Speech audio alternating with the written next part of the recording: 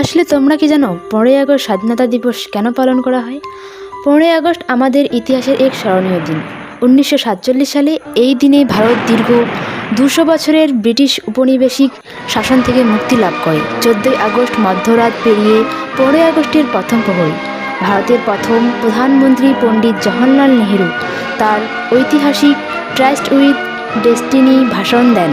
সেদিন থেকে প্রতি বছর এই দিনে সারা দেশে জাতীয় পতাকা, সাংস্কৃতিক অনুষ্ঠান এবং শহীদদের স্মরণ করা হয়।